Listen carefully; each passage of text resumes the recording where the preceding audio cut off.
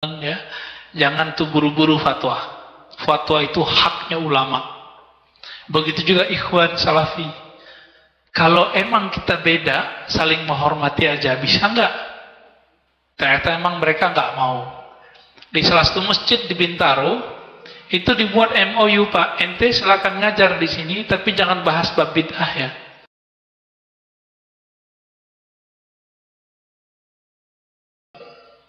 Gitu. Di Indonesia muncul 2003 bank, ada bank muamalat ya. Bank muamalat 2003 Pak ya. Ya. 2003 muncul bank muamalat. Terus apa? Hebatnya MUI Indonesia kemudian membuat produk namanya DSN, Dewan Syariah Nasional ya. Akhirnya diperjuangkan, masuklah ke lembaga keuangan terbesar di Indonesia ya, masuk ke BI ya, masuk ke OJK. Jadi udah diakui, kekuatan hukumnya diakui. Coba lihat, ini berubah loh fatwa. Kita telat nggak Pak? Mesir baru mengharamkannya 83, menghalalkannya 2003. Kita baru mengharamkannya. Telat kita.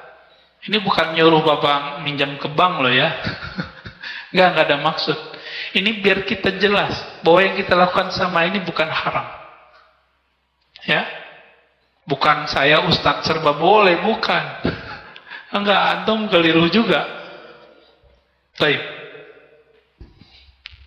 Saya konfirmasilah masalah ini ke teman-teman kita di bank. Kebetulan mahasiswa saya ada yang kerja di beberapa bank ya. Ada yang di manajemen, direkturnya ya, direktur bagian apa gitu ya, ada yang di bagian stafnya, bahkan ada direktur BNI Syariah yang bagian timur ya, itu sahabat kita, jamaah istrinya, jamaah saya juga ya. Saya tanya-tanya juga beberapa hal ya. Dalam hal ini Bapak Saudara Allah, ijtihad bisa berubah, fatwa bisa berubah. Kenapa? Karena beda zaman, beda masa, beda dalil yang diperoleh, beda pandangan yang didapat. Gitu. Terus apalagi nih? Nah, di kalangan salafi yang mending nambah haram, riba. Siapa yang makan bunga bank, riba. Siapa yang ngeredit semacam riba. Ya kita sih nggak ngelarang, cuma jangan ngelarang kita. Kita punya fatwa sendiri soalnya, ya. Kita punya ulama yang membolehkannya, gitu. Jadi kita hormati fatwa mereka, nggak masalah. Silakan antum haramkan bank, antum haramkan GoPay, haramkan saja OVO, haramkan saja Bitcoin, haramkan saja semua uang-uang elektronik, ya. Tapi jangan larang kita punya fatwa sendiri. Loh, kenapa begitu? Halalkan jelas, haramkan jelas. Itu yang tertulis di Quran dan Sunnah. Yang tidak tertulis di Quran dan Sunnah, maka tidak disebut jelas. Ini yang disebut bainahuma umurun mushtabihat. Antara hal haram ada yang mushtabihat. La ya'lamuhunna katsirun minan nas. Tidak diketahui hukumnya oleh kebanyakan manusia. Begitu riwayat Imam Bukhari dari Nabi sallallahu alaihi wasallam. Kalau dibalik bagaimana? Diketahui hukum detailnya oleh sedikit manusia. Maka Salaifal Darul Ifta itu revisi, Pak. Mereka merujuk fatwanya. Masa kita masih jalan di tempat? Nah, kita jalan di tempat. Ini sebagai contoh ya, contoh yang lain. Apalagi nih? Ada tadi cerita ya, sama baru ngaji udah berani bilang haram cium tangan orang tua. Jadi anak-anak muda baru ngaji berapa bulan itu udah berani berfatwa. Kacau gak tuh? Ya, ini kekacauan akibat al-iqdam al-ifta bi ghairi ta'hil wa nizam. Ya, karena berfatwa tanpa kesiapan kematangan. Apa kata si ustadz dulu ya, mengatakan Sayyidina terhadap Muhammad sama dengan merendahkan Nabi Muhammad. Walaupun kemudian direvisi, alhamdulillah kita apresiasi dia. Antum mau merevisi, top. Ya. Tapi habis itu ngomong apa lagi? Takbilul yad nisfu sujud, mencium tangan separuh sujud. Loh, itu hadis dari mana, bro? Ya. Hadis mana yang begitu? Kita bisa buka kutubus sittah, ya, dalam kitab-kitab hadis, bahwa orang-orang Yahudi ketika datang ke Nabi masuk Islam cium tangan kaki Nabi. Ali bin Abi Thalib mencium salah satu tangan dan kaki pamannya, Al-Abbas, cium tangan dan kakinya. Seandainya mencium kaki adalah bagian dari sujud syirik, tentulah Nabi orang yang membiarkan syirik pertama kali. Lalu kenapa ada di Sahih Bukhari itu, Sahih Muslim tentang cium tangan itu? Kira-kira gimana, Pak? Nggak mikir dia, ya? Bertabarruk, musyrik, haram hukumnya. Apa tabarruk, Pak? Mengambil berkah. Ngambil berkah itu beda dengan menyembah. Mengambil berkah dengan, misalnya, kita datang ke orang alim, ambil berkah minta didoain air, ya. Bahkan kalau ada kuburan orang soleh, kita ngambil berkah dengan berdoa di sana, berdoa meminta kepada Allah, itu boleh. Mintanya tetap kepada Allah. Mereka suuzon, dikira kita minta ke yang dalam kubur. Hati-hati, antum jangan suuzon. Kita kasih tahu, kami nyembah kubur nggak pernah, kami minta ke ahli kubur nggak pernah. Orang tawasul itu bukan minta ke orang dalam kubur. Orang tawasul itu minta kepada Allah, nyebut kekasih Allah. Itu aja bedanya. Mereka kan imannya tinggi-tinggi, jadi nggak perlu nyebut-nyebut kekasih Allah, ya, langsung, nggak apa-apa juga. Kan tawasul pilihan, bukan wajib. Kita kan imannya rendah-rendah, Pak, ya. Baik. Jadi mereka agak alergi dengan kata ngambil berkah gitu. Ini agak lucu.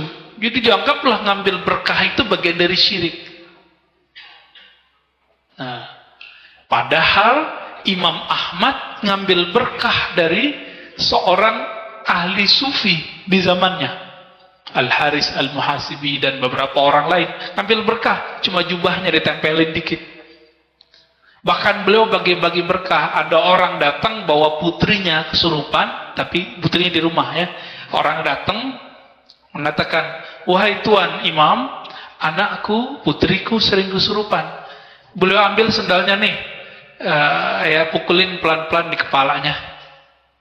Jonplok gitu juga, ya. Gimana? Sembuh, Pak. Itu bagi keberkahan Imam Ahmad loh. Sayyidatuna Aisyah ketika beliau hendak wafat berpesan, rambut Nabi tolong ditaruh di kafanku. Kalau ada rambut Nabi di kafan, berani nggak mereka mungkar nakir nama nanya Aisyah? Nggak berani, Pak. Tercium bau Nabi, mereka langsung kabur lah kira-kira, ya. Oh, selesai tugasku, pergi ya, gitu. Ya. Apalagi Imam Ahmad ngambil berkah dari rambut Nabi. Gimana? Jadi Imam Ahmad ini tunjukin prakteknya, Pak, ya. Beliau lagi sakit demam. Rambut Nabi dicelupin, beliau baca salawat, menumpahkan kerinduannya kepada Nabi. Allahumma sholli ala Sayyidina Muhammad, atau Allahumma sholli ala Muhammad, apapun lafaznya, lafaz rindu. Ya Allah, sampaikan rinduku kepada Nabi Muhammad. Ya Allah, sampaikan salamku ke Nabi Muhammad. Bergetar dia bersalawat. Habis itu dia minum, sembuh. Imam Ahmad ngambil berkah. Sahabat Nabi itu bekas wuduk Nabi. Nabi kan wuduk itu ditampung di bawah. Dulu kan belum ada keran. Itu bekas wuduknya diperebutkan orang. Kadu ayyaktatilu. Mereka hampir terbunuh. Begitu bahasa lebaynya dalam riwayat Imam Bukhari. Seandainya ngambil berkah itu syirik, bagian dari yang haram, Maka sahabat Nabi orang yang pertama melakukan syirik karena ngambil berkah. Nabi orang pertama yang mengajarkan kesyirikan karena membiarkan itu. Ditanggapin sama mereka, Pak. Apa tanggapannya? Itu kan khusus buat Nabi. Serius khusus buat Nabi? Hah? Emang begitu dalilnya? Enggak kok. Seorang sahabat ditemui oleh seorang tabi'in. Apa kata tabi'in ini?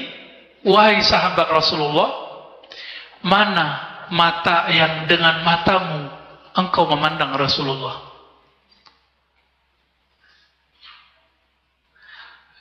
Lalu dikatakan, nih mataku, minta izin, tolong aku ingin ngambil berkah, mencium mata itu. Dicium matanya. Bukan hombreng itu, bukan. Ya, ada sahabat yang diludahi mulutnya, sahabat yang makan darahnya Nabi.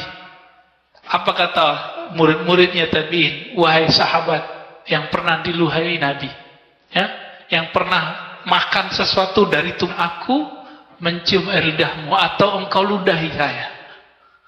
Ada itu, ya. Ngambil berkah nggak? Ngambil berkah. Cuma air ludah saya nggak seberkah itu, Pak, ya. Nggak usah ngambil dari saya lah, ya. Belum nyampe makomnya, ya. Paling bau jengkol sama pete, ya. Taib. Jadi Bapak Saudara makan Allah, ikhwan akhwat fillah, yang mereka tuduhkan syirik kepada mereka dalam fatwa-fatwa mereka itu tidak terbukti pada kita. Kita nggak seperti itu. Nah, ini yang perlu kita garis bawahi. Jadi kami menghimbau, ya, kepada teman-teman, ya, jangan tuh buru-buru fatwa. Fatwa itu haknya ulama. Begitu juga ikhwan salafi. Kalau emang kita beda, saling menghormati aja, bisa nggak? Ternyata emang mereka nggak mau. Di salah satu masjid di Bintaro, itu dibuat MOU, Pak. Ente silakan ngajar di sini, tapi jangan bahas bab bid'ah, ya. Mereka bilang, oh nggak bisa, ini memang kajian kami. Ya salah. Kita nggak bisa paksakan juga. Akhirnya, teman-teman kita di sana, stop kajian teman-teman salafi. Karena definisi bid'ahnya sudah beda. Maka kita masuk ke bab terakhir. Bab terakhir, ya. Bab kelima di malam ini maksudnya. Apa persoalan salafi? Kata Syekh Ali Jum'ah hafizahullah, ittisa'u mafhumil bid'ati mimma yatarattabu alaihi tabdi'u aghlabil muslimin. Nah, ini bahaya ini. Memperluas makna bid'ah yang berakibat kepada menyalahkan atau membid'ahkan mayoritas orang Islam. Mereka itu sampai hari ini nggak percaya, Pak, bahwa mayoritas umat Islam itu adalah berakidah Asy'ari, bermazhab. Mereka nggak percaya. Padahal jelas sudah, ya. Kita tanya jawab jam berapa, Pak? Belum, ya? Belum. Nah, apa kata beliau? Faya'udduna sulukal muslimin fi adatihim wa adatihim minal bid'ah wa dhalalat. Akibatnya, karena mereka memperluas makna bid'ah, maka tradisi orang Islam kebanyakan itu mereka masukkan ke bab sesat, menyesatkan, bid'ah, dhalalah. Contoh, ini kita mau dekat Isra Mi'raj. Peringatan Isra Mi'raj itu dianggap bid'ah. Alasannya sederhana, Nabi kan gak pernah Isra Mi'raj. Loh, Nabi yang Mi'rajnya, Nabi yang Isra-nya, jadi gak perlu haflah-haflah begitu. Isra Mi'raj ngapain kita? Joget-joget? Enggak kan? Kita Isra Mi'raj ngapain? Mempelajari hadis-hadis mengenai Mi'raj. Itu cerita Mi'raj indah banget, Pak. Saya kalau cerita Mi'raj tuh 2 jam tuh kadang nggak habis. Ya, tahu-tahu udah selesai aja. Orang-orang kayak nggak lupa, ya, bahwa dia tadinya nggak nafas. Ya, kalau diceritain masalah Mi'raj. Salah satu hobi kita dari dulu cerita kelahiran Nabi, cerita hijrah Nabi, cerita Isra Mi'raj Nabi. Itu seneng dan peperangan yang Nabi pernah lakukan sallallahu alaihi wasallam. Ya. Karena mereka mengatakan memperingati Maulid. Nah, ini mohon maaf ya. Ini masjid ini mungkin dianggap liberal nanti nih, ya. Cuma karena saya bulan lalu mengatakan ulama Mesir membolehkan mengucapkan selamat Natal. Gimana Pak? Kenapa? Karena ulama Mesir tidak menganggap itu bagian dari akidah. Sedangkan Salafi, ini hati-hati Pak, Salafi menganggap itu bagian dari akidah. Gak apa-apa, sekarang kita tanya, antum mengikuti ini bab akidah atau bab muamalat? Kalau itu bab akidah, haram memang. Tapi ulama Darul Ifta, ulama Al-Azhar, Syekhul Azhar ditanya, Syekh Ahmad Thayyib, ya, banyak mahasiswa Al-Azhar, mohon maaf, kok nggak setia dengan alma maternya, dengan guru-gurunya di sana. Ditanya, wahai tuan guru, tuan syekh, apa pandanganmu mengenai orang yang bersikeras memfatwakan haram, bid'ah, syirik, mengatakan selamat Natal? Dianggap liberal apa segala macam. Ini kan lucu, di Indonesia langsung dicap liberal Pak. Loh, liberal dari mana? Ada fatwanya kok dari ulama Al-Azhar. Emang Al-Azhar tidak ini liberal? Bisa digorok kalian nanti sama orang Al-Azhar, ya? Ya enggak Pak, itu goroknya gorok pakai kalimat maksudnya, ya. Enggak ada gorok-gorok pakai senjata, enggak. Apa kata Syekh Ahmad Thayyib? Nah, ini gorokan beliau. La yaquluhu illa man la yafqah fid din. Orang yang ngomong tidak boleh begitu, itu nggak ngerti agama. Ini perkataan siapa? Syekh Ahmad Thayyib. Lebih kurang begitu redaksinya. Waduh, serem juga nih Syekh Ahmad Thayyib. Kalau saya nggak sampai begitu, Pak. Karena saya tahu salah satu guru saya mengharamkan mengucapkan selamat Natal. Guru saya yang mulia, Allah yarham, Syekh Ali Mustafa Yaqub, Imam Besar Istiqlal yang lama. Kenapa? Karena beliau menganggap ini bagian akidah. Makanya kita kemarin kasih opsi 2, ya kan? Jadi ternyata fatwa itu nggak boleh dia kaku. Teman-teman Salafi dan sebagian orang awam yang baru hijrah maunya kalau belajar agama hitam putih. Ya, tidak, salah, benar. Ini kesalahpahaman dalam belajar agama. Imam Ahlus Sunnah di zamannya yang sangat dihormati sampai hari ini, Imam Abu Ishaq Asy-Syairazi, yang kitabnya namanya Al-Muhazzab, dikembangkan oleh Imam Nawawi menjadi kitab majmu' setebal, ya, sepanjang saya tangan ini. Sepanjang tangan begini, dijelaskan Pak, kitab cuma 2 jilid. Imam Abu Ishaq, apa kata Syekh Khattani, kemudian juga Imam Subki mengenai beliau? Asy-Syairazi, Abu Ishaq Asy-Syairazi, jika menjawab satu persoalan bisa 40 macam jawaban.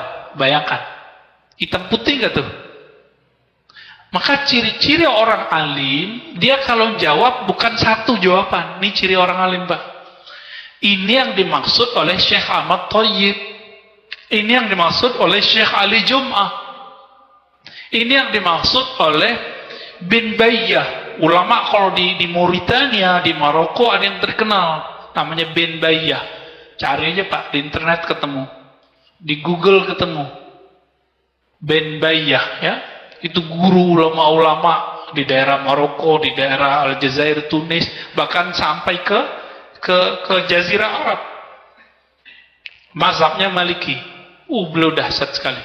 Udah senior juga Pak. Beliau membolehkan karena masuk ke bab muamalat. Ini bukan masalah liberal, Syiah, apalagi plural, gak ada kaitannya. Ini masalah ente memahami ini muamalat atau akidah, selesai. Nah, saya sangat mengerti karena dulu saya pernah menjadi sekretaris beliau sebentar sebelum dibagi tugas dengan teman saya. Lalu teman saya jadi sekretaris beliau yang ada Ustadz Lutfi namanya. Nah, waktu itu saya nyalin tuh, nyalin menerjemahkan risalah beliau mengenai hukum mengucapkan selamat Natal. Di situ isinya belum mengkritisi guru kita, penafsir Habib Quraisy Shihab. Belum mengkritisi kok, kenceng. Ketika saya cek, oh ternyata background ke belakangnya itu bab akidah. Jadi dalam pikiran orang yang mengharamkan selamat Natal apa? Mengucapkan selamat Natal berarti meyakini Isa adalah anak Allah.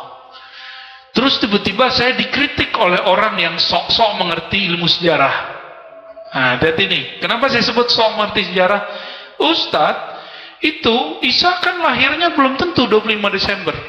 Emang saya nggak ngerti. Ya? Emang Nabi Muhammad lahirnya benar 12 Rabiul Awal. Lebih dari 7 riwayat mengenai kapan Nabi lahir. Sama. Kalau kita mau konsisten dengan ini, kita bisa gugat tanggal Maulid Nabi. Nah, jadi kan akhirnya benar 12 Rabiul Awal. Lebih dari 7 riwayat mengenai kapan Nabi lahir. Sama. Kalau kita mau konsisten dengan ini, kita bisa gugat tanggal Maulid Nabi. Nah, jadi kacau Pak. Ya, hati-hati kalau mau mengkritisi. Ukur-ukur dulu badan kita kuat nggak dengan dalilnya. Oke, tafadhol, azan dulu ya, azan. Nah, sebelum tanya jawab, kita tambahkan karena persoalan bid'ah ini bukan persoalan sederhana. Jadi apa yang disebut bid'ah oleh mereka? Sesuatu yang Nabi tidak pernah buat, yang tidak pernah Nabi lakukan. Apa bid'ah menurut Salafi? Sesuatu yang Nabi tidak pernah lakukan. Tapi Imam Salafi, Ibnu Taimiyah nggak ngomong begitu. Imam Salafi Ibnu Taimiyah mengatakan bid'ah itu yang tidak ada dalilnya. Dalil banyak. Ya, cuma prakteknya tetap saja Ibnu Taimiyah gagal. Nah. Jadi apa Pak bid'ah menurut mereka? Yang tidak ada dilakukan Nabi. Kalau Ibnu Taimiyah yang tidak ada dalilnya. Cuma prakteknya sama aja. Ibnu Taimiyah ya mohon maaf lumayan gagal ya. Makanya beliau membid'ahkan berniat menziarahi kubur Nabi. Apalagi Bapak di sini punya program sebelum pandemi ziarah 9 wali. Wah, bid'ah tulen itu ya. Tuh wajah-wajah ahli bid'ah nih ya. Menurut mereka loh Pak. Lalu apalagi masalahnya? Mereka memahami, kata Syekh Al-Jum'ah, ja'ala mafhumal bid'ata ya fi syar'i akhassu minhu fil lughah. Faja'al bid'ah yal mazmum faqat. Jadi bid'ah itu bagi mereka nggak boleh dibagi-bagi. Kenapa? Karena hadisnya kullu bid'atin tolak. Semua bid'ah sesat. Itu kan kalam Nabi dalam satu riwayat. Mereka tidak mempertimbangkan pemahaman Umar yang mengatakan ni'matil bid'atu hadhihi. Senikmat-nikmat bid'ah adalah membuat yang baru ini. Apa yang baru? Taraweh berjamaah padahal Nabi nggak pernah buat. 20 rakaat lagi. Begitu juga Abdullah bin Umar mengatakan hal sama. Jadi ayah sama anaknya sama. Padahal Abdullah bin Umar ini paling anti bid'ah. Nabi kalau nggak buat dia nggak mau buat. Jadi sahabat Nabi itu sangat luas memahami bid'ah, nggak saklek. Nabi pernahkah menyuruh mengumpulkan Al-Quran? Kata Abu Bakar, ente buat yang Nabi nggak buat, hai Umar. Umar jelasin ini ada maslahatnya. Maka muncullah dalil yang bukan Quran, bukan Sunnah, bukan ijma, bukan qiyas. Apa nama dalilnya? Masalihul mursalah, kemaslahatan umum, kemaslahatan. Kalau bid'ah ini tidak dibuat oleh Abu Bakar, Umar, dan Utsman dulu, kita nggak ketemu Pak sekarang mushaf yang Bapak punya hari ini. Kita bersyukur, syukran ya Utsman ala bid'atika. Terima kasih wahai Utsman ente sudah melakukan bid'ah yang bermanfaat. Maka bagi kita bid'ah itu bukan satu macam. Jadi saya dituduh, Pak, apa tuduhan mereka? Ar-Razi menuduh Umar dan Utsman pelaku bid'ah. Oh iya, kalau memang dia, tapi bid'ah hasanah. Dalam tradisi kita, dalam ilmu ahlu sunnah dan mazhab yang 4, ada yang disebut bid'ah yang hasanah. Kalau bagi mereka, semua bid'ah sayyi'ah, dolalah. Loh, ente punya dalil nggak? Punya. Itu kalamnya Umar. Lalu hadisnya Nabi. Apa kata Nabi? Man sanna sunnatan hasanatan. Siapa yang membuat sunnah yang baru. Hadisnya agak panjang itu. Lalu ada kalimat sunnah sayyi'ah. Kata sunnah sendiri ada baik, ada buruk. Oh, itu maknanya ABCD. Itu namanya asbabul wurud. Suatu hukum tidak terbatas kepada asbabul wurudnya. Dia bisa global. Sama dengan kullu bid'atin dolalah itu. Kalau kita konsisten nih, oh riwayat kamu itu nggak berkaitan dengan ini. Kita balas lagi, kullu bid'atin dolalah itu konteksnya juga khusus. Nggak bisa juga mereka terima, Pak.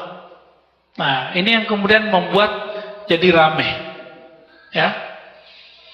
Jadi bagi mereka bid'ah itu hanya satu statusnya, dolalah.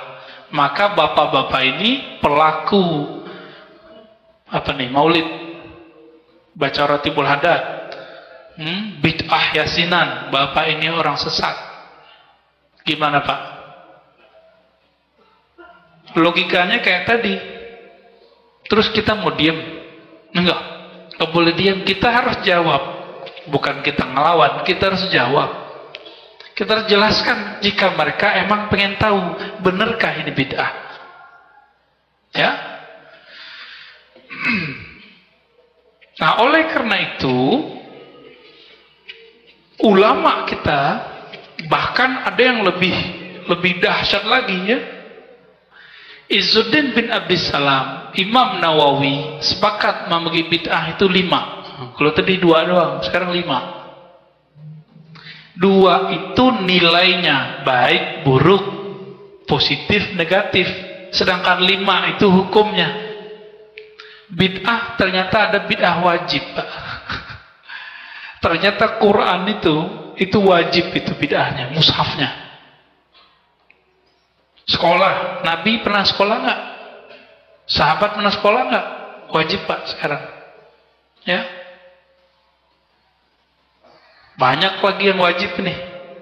Kita sekarang kalau nggak punya KTP, nggak punya BPJS, kita nggak bisa ngapa-ngapain nanti, Pak. Ya, dihalangi. Jadi secara administrasi nggak bisa ngapa-ngapain. Maslahat kita tertutup. Maka secara fatwa ulama kita mewajibkan. Boleh-boleh aja, itu sah-sah aja.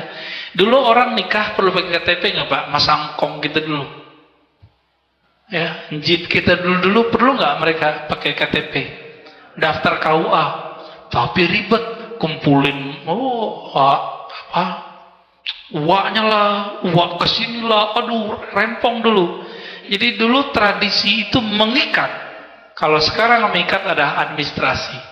Jadi bapak kalau nikahin anak jangan berat-berat adatnya, karena administrasinya udah berat, Pak. Ya, mudahin aja, biar cepat tuh yang jomblo pada ganti status. Kasihan mereka itu, ya. Ulama-ulama kita membagi bid'ah ada wajib, ada bid'ah sunnah, mustahab maksudnya. Kan mereka mengharamkan menyerupai Nasrani. Maulidan itu menyerupai Nasrani. Loh, dari mana, Pak, Maulidan menyerupai Nasrani? Merayakan ulang tahun sama dengan menyerupai Nasrani. Gawat nggak kalau ini difatwakan? Kalau kita fatwakan merayakan ulang tahun, merayakan maulid adalah tasyabbuh bin Nasara, menyerupai orang-orang Nasrani, berarti kafirnya tuh, Kan repot Pak nanti. Jadi mereka nggak mikir jauh-jauh nih masalah ini. Padahal masalah maulid kontennya isinya apa? Merayakan ulang tahun kontennya ngapain?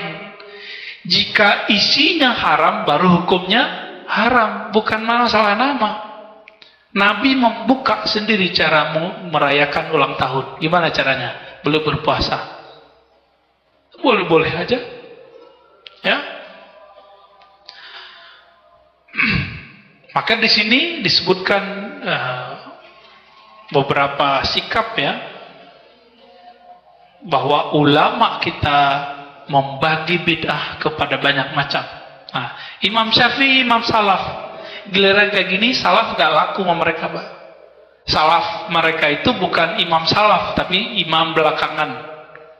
Imam Syafi'i diriwayatkan dari Ibnu Asakir dan Al-Baihaqi, riwayatnya sahih. Apa kata beliau? Segala sesuatu yang tidak menyalahi kitab dan sunnah, asar dan ijma', falaysa bimuhdatsatin.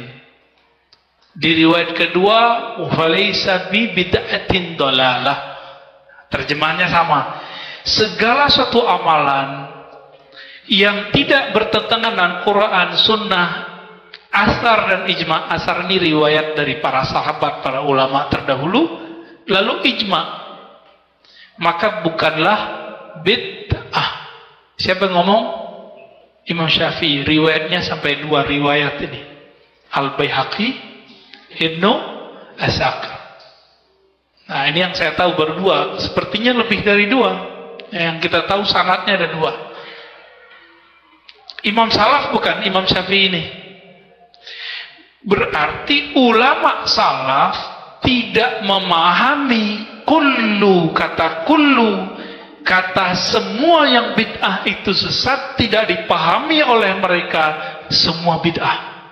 Siapa yang paling mengerti perkataan Nabi? Ulama salaf dulu atau kita sekarang? Dulu. Ada gak disebutkan di sini? Sebelum tanya jawab, apa yang paling unik dan saya bahagia di situ, Pak? Kenapa?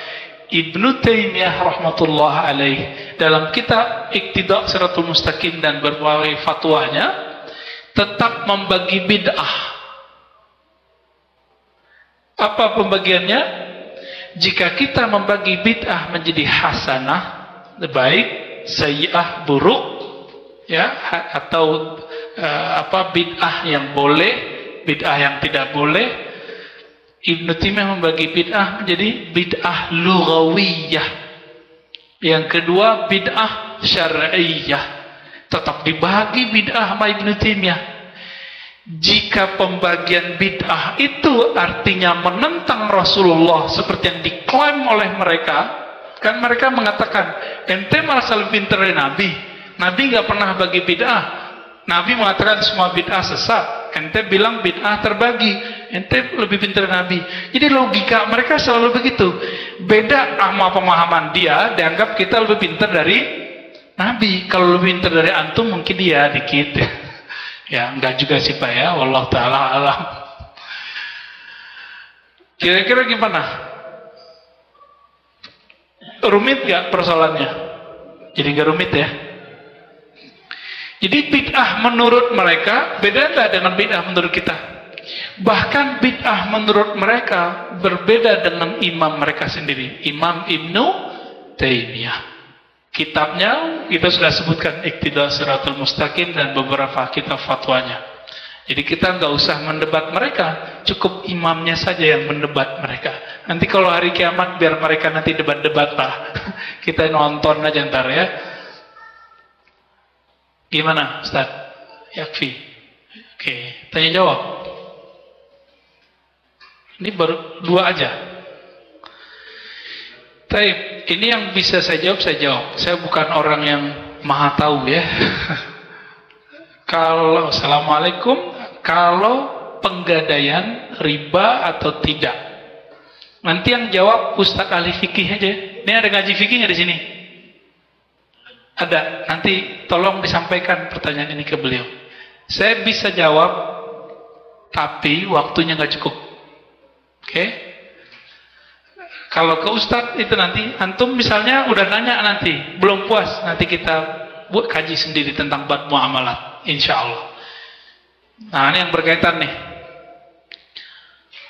Apakah di kalangan Wahabi ada muftinya? Ada. Mereka buat, ada juga namanya Hay'ah Kibar Ulama gitu kalau nggak salah. Itu ada di Saudi. Jadi mereka juga punya lembaga fatwa. Nah, inilah lucunya, Pak. Di Saudi itu nggak bisa kita ngomong begini tentang agama. Ada seorang imam Masjidil Haram, beliau agak longgar masalah hukum musik, langsung dipecat dari imam masjid. Gimana tuh? Ya, ntar saya dituduh lagi, ente menghalalkan semua. Enggak, ini ulamanya yang banyak. Nanti mereka bawa nama 4 mazhab. Jadi ada salah satu ustadz di Indonesia, ketika masalah musik, dia tumben-tumben bawa 4 imam. Ya, bukannya tadi kita nggak boleh taklid mazhab. Sekarang dia bawa 4 mazhab mengharamkan musik. Ya, yang dia nukil cuma imam yang cocok sama dia. Imam kan banyak. Imam Ghazali memberikan 2 pendapat mengenai musik. Ini bukan 1 kaul. Imam Surawardi mengatakan 2. Jadi mereka memberikan opsi. Haram jika begini, halal jika begini. Kita juga sama. Kita mengatakan musik haram jika begini, halal jika begini. Ada penjelasannya nanti. Ya. Jadi mereka punya muftinya. Tapi muftinya ada yang resmi, ada yang nggak resmi. Kayak Syekh Albani itu nggak resmi. Salah satu fatwa Syekh Albani apa? Haram sholat di masjid yang ada kuburnya. Maka dia nggak mau lagi sholat di Masjid Nabawi, Pak. Bahkan memfatwakan keluarkan kubur Nabi dari masjid. Itu sebabnya Syekh Albani nggak lama di Madinah, 3 tahun doang. Ulama Wahabinya sendiri nggak sepakat Pak sama Albani. Ya, apalagi fatwa Syekh Albani membid'ahkan sholat tarawih lebih dari 11 rakaat. Di sini berapa tarawihnya? Masih, oh mantap. Ya, terusin Pak itu. Kapan lagi kita bertahannya? Kata Syekh Albani berapa? Mesti 11. Lebih dari 11 sama dengan menambahkan sholat-sholat yang lain menjadi 5 rakaat. Waduh, gawat tuh ya. Jadi dia berfatwa sesuka-suka isi perutnya. Ditanya mengenai persoalan orang-orang yang sedang di Palestina.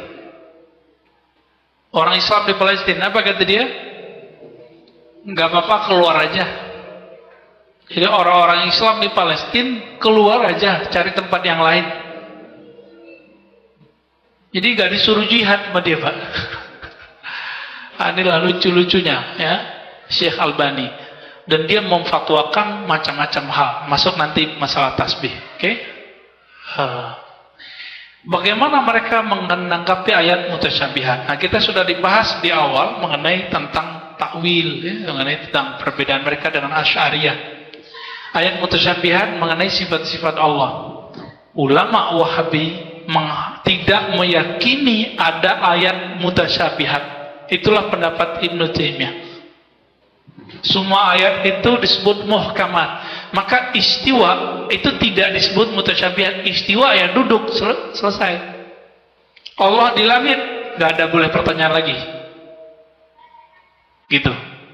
Tapi sebenarnya mereka sebagian itu membatasi diri bahwa maksudnya istiwa beda dengan istiwa yang kita bayangkan. Masih oke. Tapi kalau sudah bilang duduk, kita nggak ada ampun, Pak. Kita kritisi. Apalagi mereka mengatakan Allah duduk di atas aras dengan zatnya. Nah, ini akibat karena mereka tidak meyakini ada ayat yang mutasyabihat. Ya, oke. Fadal.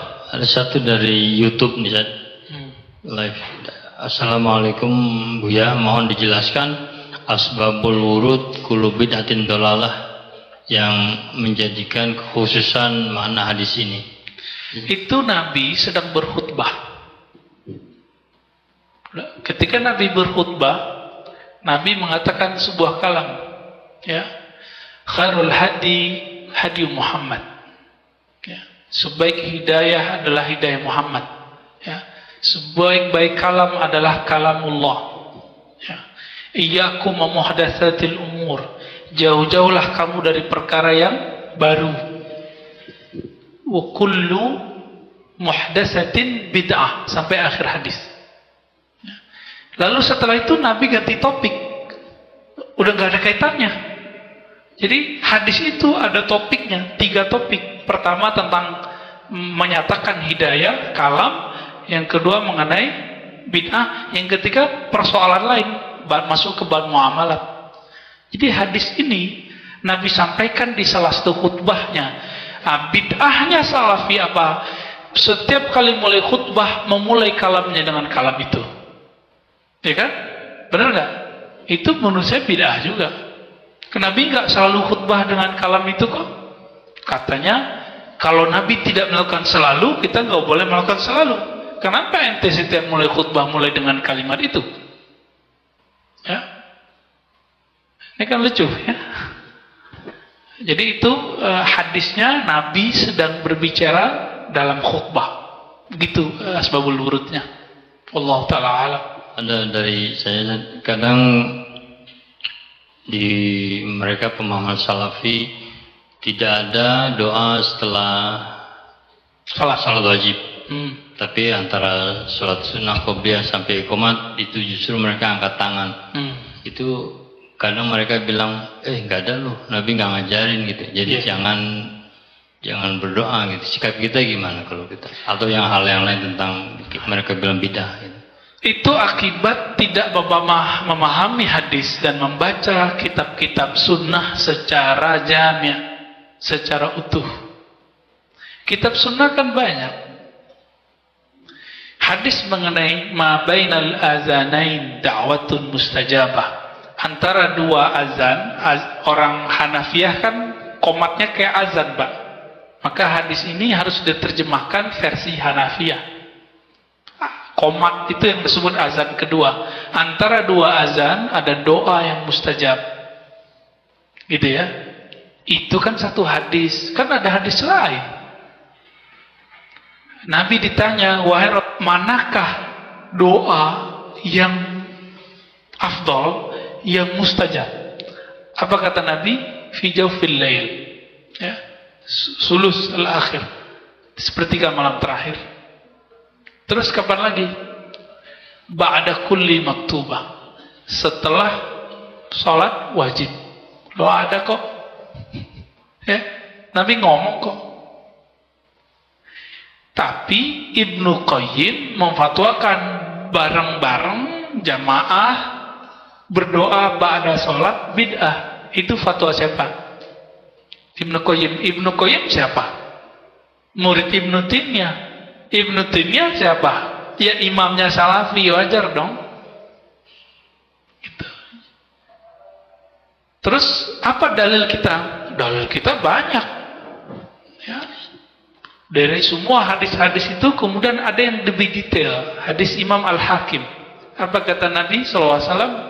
Tidaklah berdoa ya, mada'a qaumun ya. Wa ammana ba'duhum. Tidaklah berdoa satu kaum lalu diaminkan oleh kaum yang lain. Illa ajabahullah. Kecuali Allah pasti mengijabahnya. Hadis Imam Hakim, dan hadis ini dianggap sahih oleh beliau. Ini dalilnya kan sahih juga. Ya. Terus gimana? Mereka ngotot. Enggak, yang sahih ini. Nah, ini berarti enggak jami' baca hadisnya. Gitu aja, Pak. Maka orang alim itu seperti yang kita katakan tadi, Abu Ishaq Asy-Syairazi, ketika ditanya satu persoalan dia jawab dengan 40 jawaban. Jika begini, maka jawaban begini. Jika persoalannya berubah, begini. Jadi dirubah, ada seninya. Mereka maunya boleh, tidak boleh. Jadi ketika saya memberikan opsi-opsi begini, dianggap nggak tegas. Ya nggak apa-apalah, kita nggak beramal untuk mereka kok, kita beramal untuk Allah Subhanahu wa ta'ala. Cukup apa lagi? Kita kalau dibilang itu kan awam nih, Kita nggak bisa kasih opsi jawaban itu 1, 2, 3, 4. Kita diam aja terus senyum masing-masing aja lah. Bagus. Gitu. Antum kalau diam nggak debat, ahsan. Ya. Kenapa? Karena orang ketika berdebat, walaupun dia benar, akan ada kekerasan hati Pak muncul. Walaupun antum benar. Saya nih, misalnya saya tahu dalilnya, misal, kan nggak semua dalil juga saya tahu. Saya mau ngasih dalil, antum mau ngasih dalil, antum mau habisnya misalnya. Ya, saya layanin terus sampai kalah. Tetap saja walaupun saya benar, ada perasaan di sini sombong. Ada perasaan benar. Nah, ini bahaya, Pak. Maka jidal yang diperbolehkan, jidal yang ingin mempertahankan kebenaran. Supaya yang lain tidak terbawa, bukan ingin merasa benar. Inilah kalam Imam Syafi'i. Tidaklah aku berdebat kecuali aku ingin mendapatkan kebenaran dari orang lain. Jadi Imam Syafi'i itu kalau debat nggak mesti menang. Apa kata beliau?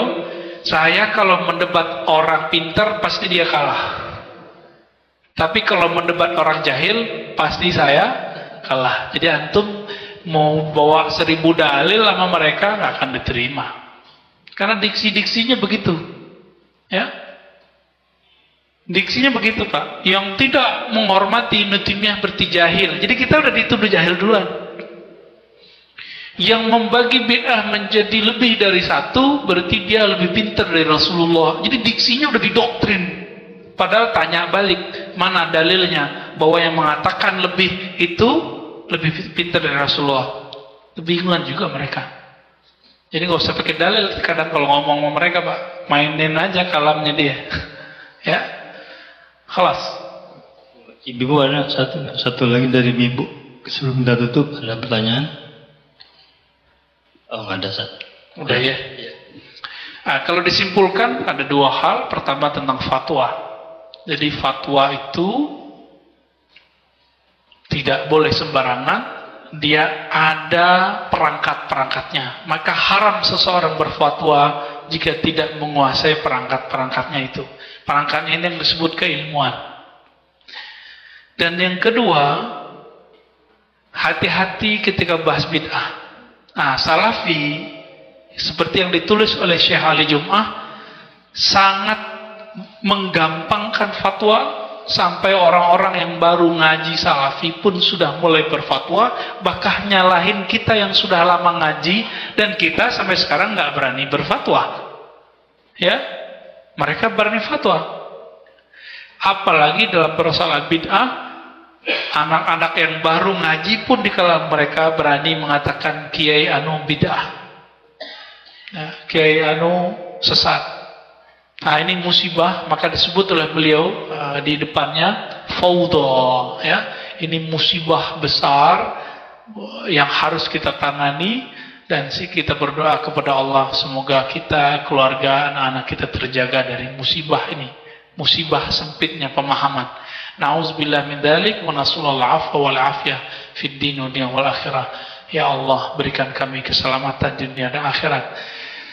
Berikan kelaman hati dalam diri kami. Allahumma rzuqna salamatas sadar. Berikan kami keselamatan hati. Buang dari dalam kalbu kami kebencian. Buang dari kalbu kami perasaan merasa paling benar. Matikan kami ya Rabb dalam husnul khatimah. Rabbana atina fid dunya hasanah wa fil akhirati hasanah wa qina adzabannar. Walhamdulillahi rabbil alamin. Assalamualaikum warahmatullahi wabarakatuh.